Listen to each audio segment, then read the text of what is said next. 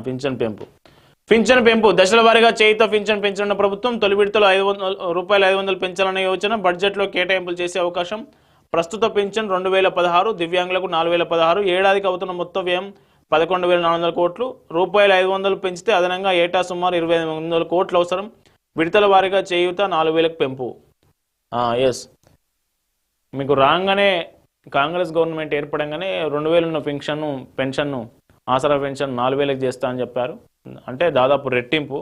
కానీ విడుదల వారిగా పెంచాలనేది ఆలోచన. ఈ బడ్జెట్లో కేటాయింపులు జరపొచ్చు అనేది ఆంధ్రజ్యోతి కథనం రాసింది. మళ్ళీ అందులో వాస్తవం ఉందా లేదా తెలియదు.